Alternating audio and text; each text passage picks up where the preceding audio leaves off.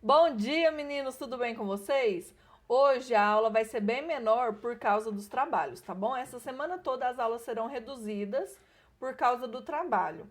A matéria de hoje, inclusive, faz parte do nosso trabalho de geografia. Por quê? Como eu passei o trabalho sobre essa matéria e como eu iria introduzi-la essa semana, eu sabia que ia ter semana de trabalho e sabia que não ia dar para abordar muita coisa. Então eu já passei o trabalho sobre a matéria de hoje, tá bom? E aproveitem que vocês estão na semana de trabalhos e já vão dando uma estudada para a semana que vem, que começam as provas, tá bom? Simulados. Então, vem comigo. O nosso país existem 5 tipos de vegetações, certo? Nós temos o cerrado, as pradarias, araucárias, o amazônico e a caatinga, certo? No nosso mapa, na página 59, nós podemos observar essas 5 vegetações, esses 5 tipos de vegetações, e também nós vamos observar aí no mapa que nós temos a faixa de transição. O que é essa faixa de transição? É um local onde nós encontramos tanto um tipo de vegetação, um tipo de característica de uma vegetação e um tipo de característica da outra vegetação em um mesmo lugar, certo? O nosso livro também nos apresenta o domínio dos mares e morros. Agora nós vamos ver um de cada vez, tá bom? Vamos iniciar pela vegetação amazônica, certo? São planícies e depressões e os baixos planaltos. Esse é o relevo predominante deles, certo? Agora eu vou ler o trechinho que está aí no livro de vocês. A vegetação é constituída pela floresta equatorial amazônica, claro, né? Se a vegetação é amazônica, ela com certeza vai ser constituída pela floresta amazônica. Formada por árvores de grande e médio porte, com um clima quente e úmido. Por que é quente? Porque como tem muita árvore e elas fazem a fotossíntese e a transpiração, então é mata fechada, certo? Então fica quente mesmo. E úmido por causa dos lagos também e por causa da respiração das árvores. A hidrografia é formada por uma enorme quantidade de cursos de água, os que formam a bacia amazônica. Agora eu vou deixar por último o cerrado, tá bom? Porque tem muita coisa para eu falar e é a nossa vegetação, então eu vou deixar ela por último. As Caatingas está localizado na área de clima tropical semiárido, com chuvas escassas e irregularmente distribuídas ao longo do ano. Isso nós vimos na aula passada, certo? Há muitos rios temporários na área desse domínio, que apresentam uma vegetação de baixo porte, como algumas espécies de arbustos e cactos, adaptada a carências de chuvas e solo raso, certo? Mares e morros. Apresentam um relevo de planalto com morros. Sua vegetação original é a floresta tropical, que atualmente se encontra bastante alterada.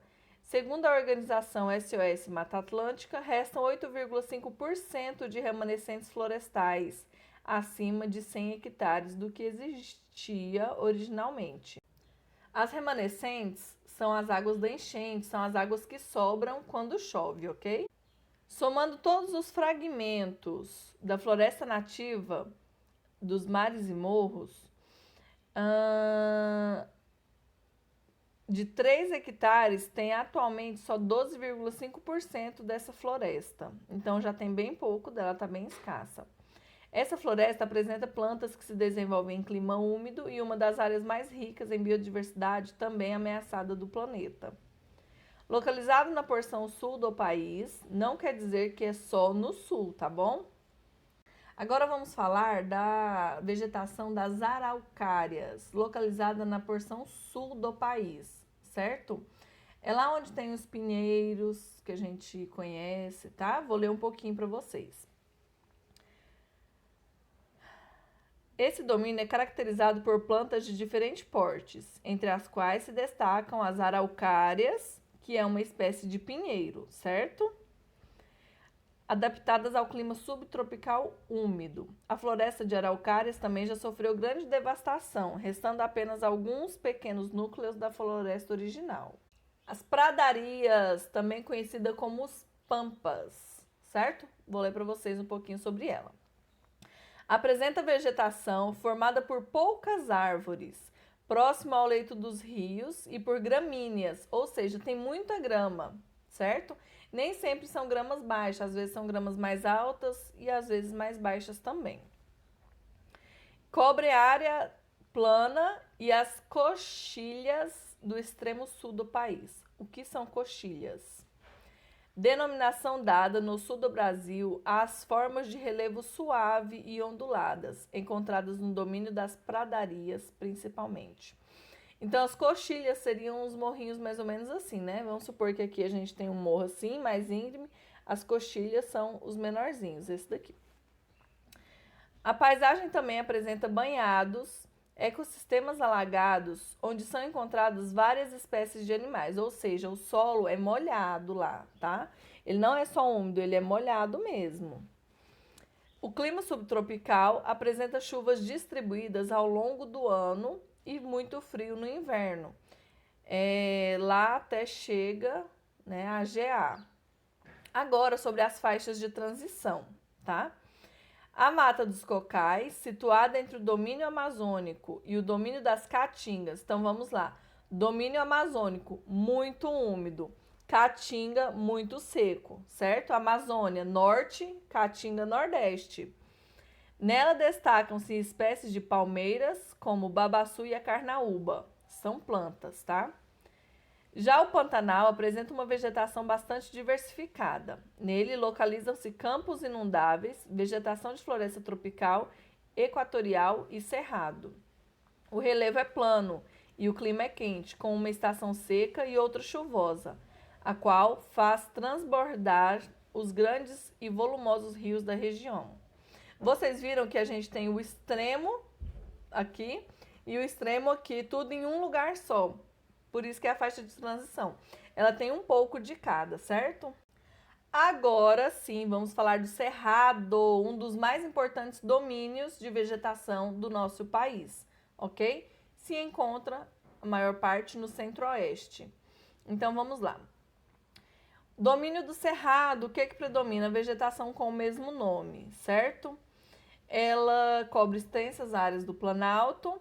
Essa vegetação ela é formada principalmente por gramíneas e arbustos e árvores grossas com tronco retorcido. Um exemplo dessa árvore com tronco retorcido pode ser o nosso ipê, certo? Muito conhecido aqui. E a maioria dessas árvores tem cascas grossas, ok? O clima predominantemente tropical. Porém, nós conseguimos ver somente 2 estações aqui no Cerrado. Inverno seco e frio e verões chuvosos, ok?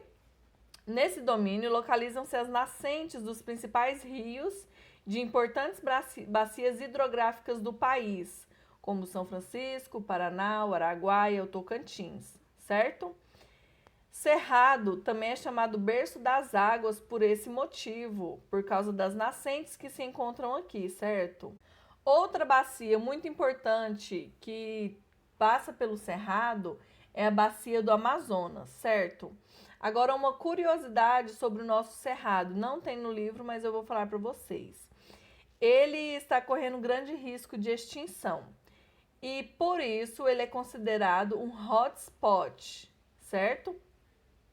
Mesmo estando em extinção, o Cerrado é o segundo maior bioma da América do Sul. Eu falei para vocês que a maior parte dela encontra-se no Centro-Oeste, certo? Estados que fazem parte do Centro-Oeste: Goiás, Mato Grosso do Sul e Distrito Federal, ok?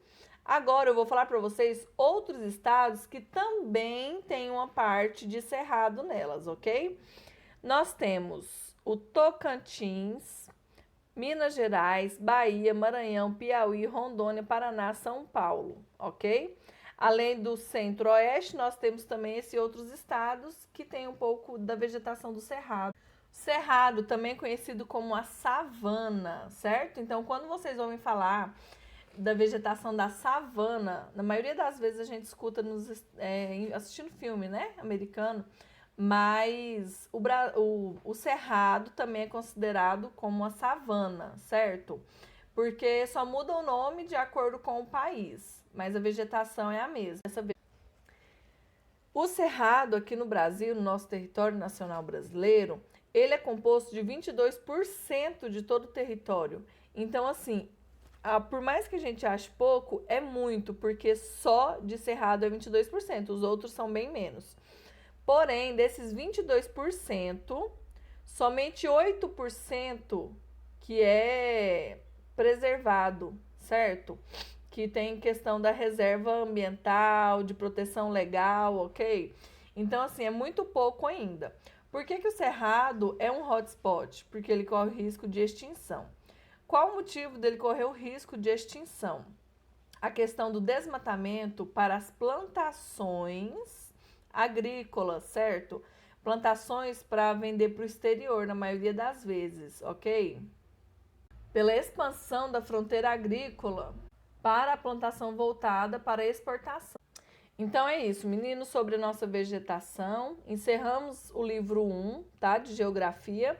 Agora vamos para inglês. Inglês, livro integrado 1, página 22, eu vou fazer atividade com vocês, ok? Vamos lá. Número 1. Conclua as conversas a seguir com a forma correta. Complete as conversas com a forma correta. O que nós estamos vendo? Was there, were there, wasn't there, weren't there, some e an, ok? Relembrando o que é there are e there was, ok? Os dois são o verbo haver. Porém, there was é usado no singular, there were usado no plural, ok? Então vamos lá, o primeiro diálogo, certo? São um rapaz e uma moça conversando, o Bob e a Mary, ok?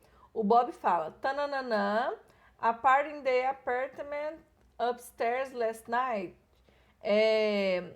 Festa em apartamento no andar de cima ontem. Eu quero saber se é houve ou houveram. É houve, certo? Houve uma festa no apartamento no andar de cima ontem à noite, ok? Então eu vou usar was there, porque é para o singular, ok? A Mary responde, yeah, there were stranger noise. Então ela responde, sim, houve barulhos estranhos. Bob responde, it was difficult for me to sleep. Ele teve dificuldade para dormir, foi difícil para mim dormir. Lots of people talking. Antes do lost, a gente vai pôr there were ou there was. Nós vamos colocar o there were porque havia muitas pessoas, certo? Esse lots of people. Se é people, são pessoas, é mais de um, certo? Então, there were. E a Mary responde, eu acho que não havia adultos em casa, apenas Fred e seus amigos. Então, vai ficar there weren't. Por quê? Esse havia é no plural, porque depois ela falou adultos, ok? Agora vamos fazer o diálogo 2, que é o Peter, o Jack e a Marta, o neto e os avós, certo? Vovô, houve um supermercado na cidade quando você era criança? Grandpa, was there a supermarket in the town when you were child? Né? Então é was there, porque ele perguntou se havia um supermercado só. Ele falou assim: havia supermercado? Houve um supermercado, certo? Ele não falou existiam vários supermercados ou existiam supermercados. Ele só perguntou se houve algum supermercado quando o vô dele era criança, certo? E o Jack responde: Why? Are you asking that? Por que você está me perguntando isso? E o Peter responde: Because our story teacher asked some research the good old times, né? O que a professora queria saber? O professor de história pediu para fazer algumas perguntas, algumas pesquisas sobre os bons e velhos tempos, ok? E o Jack responde: naquela época, não havia um supermercado na cidade, mas havia muitas pequenas lojas, muitas lojinhas. Então vamos lá. Oh, toast time. Oh, toast time. No, there wasn't a supermarket town, buddy. There were many small shops. Primeiro, there wasn't. Não havia supermercado. Buddy, porém, haviam pequenos shoppings, pequenas lojas, lojinhas, certo? Então fica o there wasn't e depois o there were, ok? For example, por exemplo, havia o Marvin's Shop. There was, porque é singular. Ponto final. There was almost everything needed there. Havia, por exemplo, Por exemplo, havia a loja Marvin, certo? There was almost everything needed there. Havia quase tudo que precisávamos lá. E o Pedro responde, né, Peter? E você, vovó? Havia uma geladeira na sua cozinha quando você era criança? And grandma, was there a freezer? Your kitchen when were a child? Então é was there, porque é uma geladeira que ele pergunta se existia, ok? E a Marta responde, yes, there was, but there weren't microwave on those days.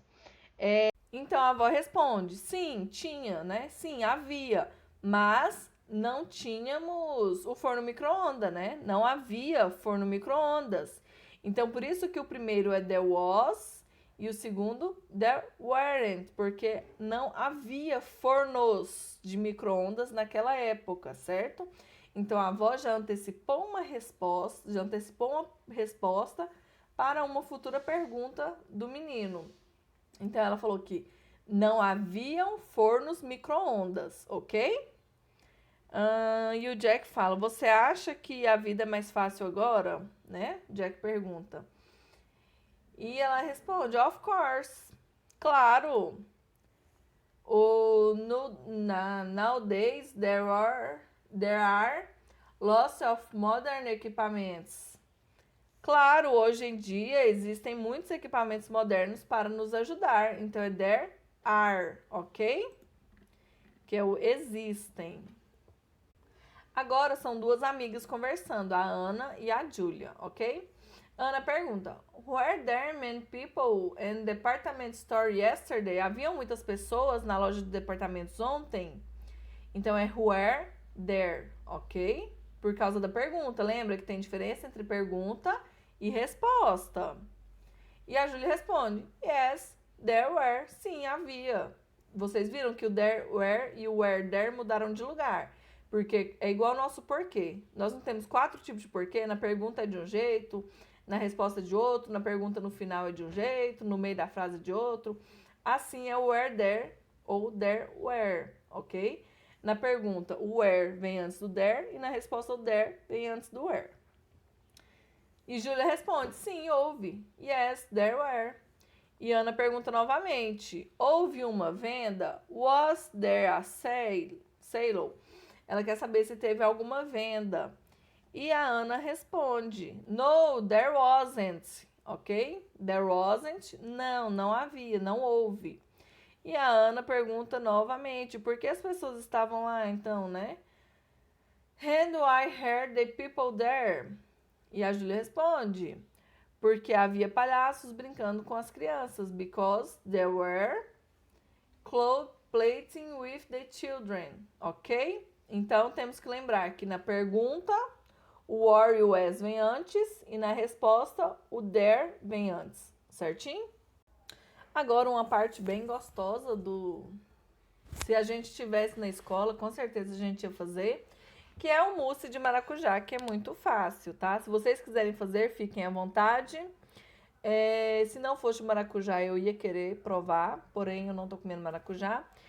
E os ingredientes são o seguinte, uma lata de leite condensado, uma lata de creme de leite e 1/4 de suco de maracujá. Se vocês fizerem de morango ou de outra coisa, eu como. Agora maracujá eu não tô comendo, infelizmente, né? Mas bora lá. Se vocês quiserem fazer, é só seguirem as instruções em inglês. Sobre a receita da mousse de maracujá. Os ingredientes são esses. Joga tudo dentro do liquidificador, bate e coloca em uma forma. Eu não gosto de fazer com gelatina, eu faço só com isso daí mesmo. E dá certo, fica durinho. Agora, vamos para o diálogo entre mãe e filha, tá?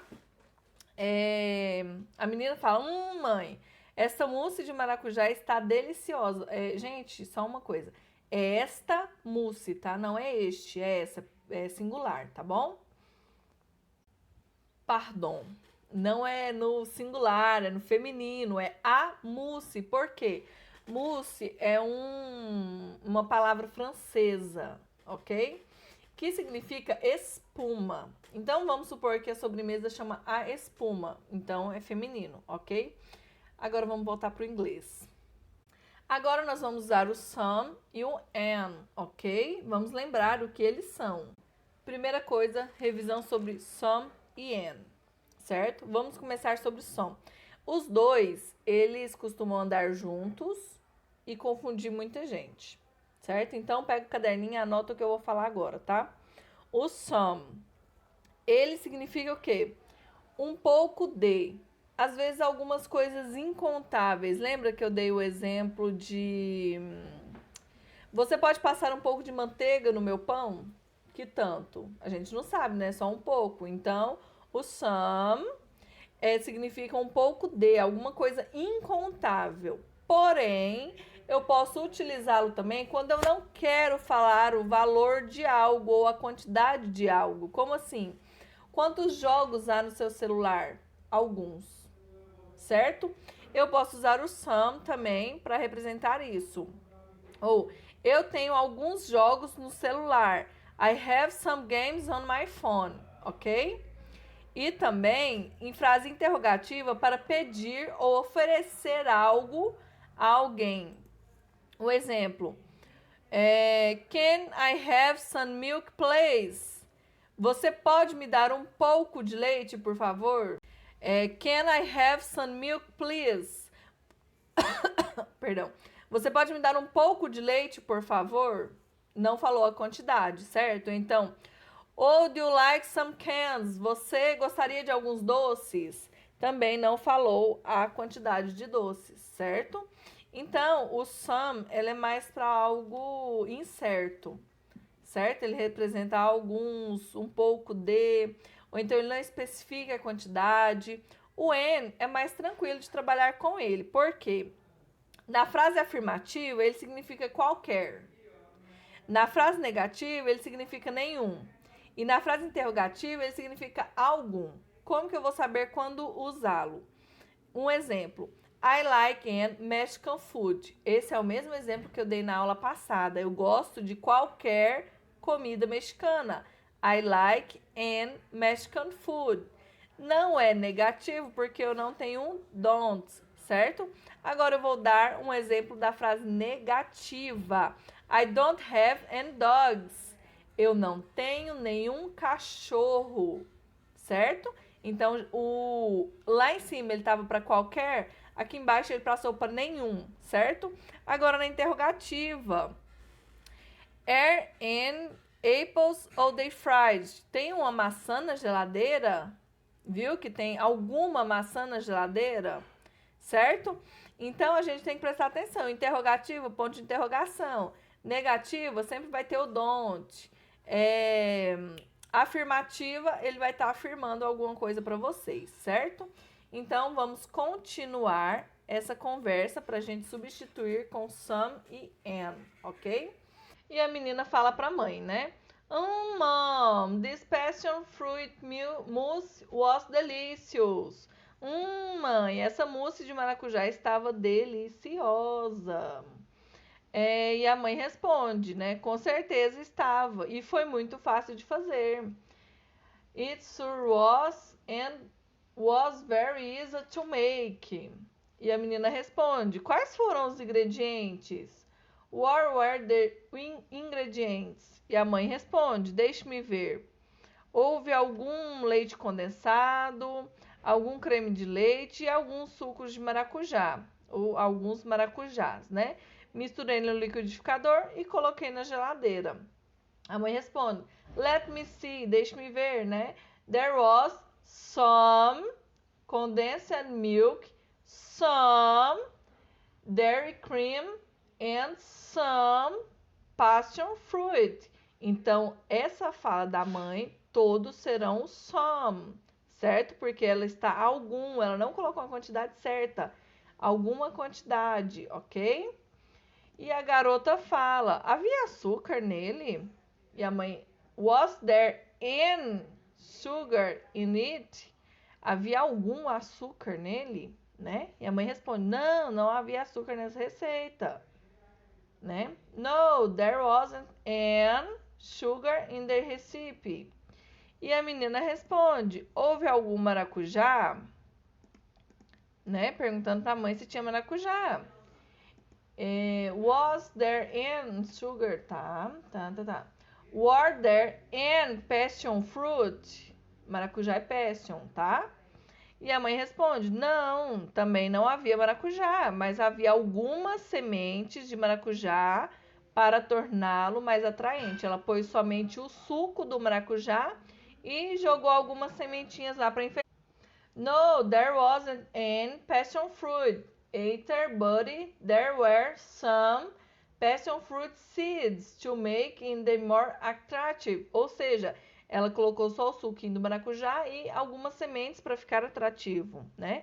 Não, também não havia maracujá, mas algumas sementes de maracujá para torná-lo mais atraente. E a garota fala: fácil de fazer e ótimo para comer. É uma receita perfeita.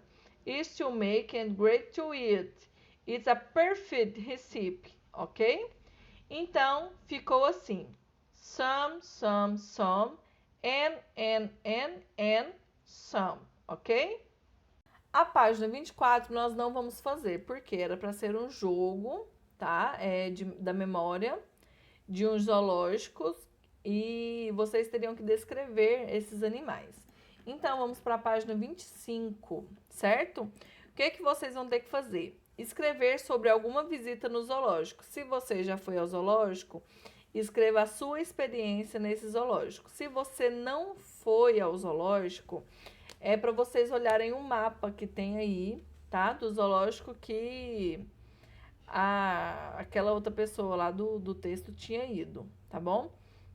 Então vamos lá. Use as informações da tabela que você concluiu na página 20. Lembra que lá na página 20 nós fizemos uma tabela com alguns animais que vocês viram quando foram ao zoológico, certo? Então vocês vão utilizar essa tabela para fazer este textinho, ok? Porém, nós vamos seguir a estrutura do texto da página 19, tá? Da Harry Present. Se você nunca esteve num zoológico, olha o mapa e imagina como seria visitar um zoológico, ok? Instruções que está aí de azulzinho, certo? Organize seu texto em parágrafos. Por exemplo, no primeiro parágrafo você fala sobre o zoológico, quando foi visitar, quem foi com você, tá bom? No segundo, você começa a falar sobre os animais que você viu, certo? Então, você pode escrever um parágrafo todinho sobre esses animais. E no terceiro, você vai colocar o que vocês comeram lá no zoológico, quais atrações vocês assistiram, se teve alguma atração, e vai escrever se vocês gostaram ou não da visita ao zoológico, tá bom? E na número 4 é mais fácil, o que vocês vão ter que fazer? Desenhar o animal que você mais gostou durante a visita do seu zoológico, tá bom? Na número 3, a gente pede para dividir em parágrafo. Como? Você pode escrever 2, 3 linhas em cada parágrafo, tá bom? Cabe 3 linhas por parágrafo tranquilamente, tá? Então, por hoje é só. Não vou passar muita atividade porque vocês ainda estão fazendo os trabalhos. Qualquer dúvida, é só mandar mensagem. Tchau, tchau.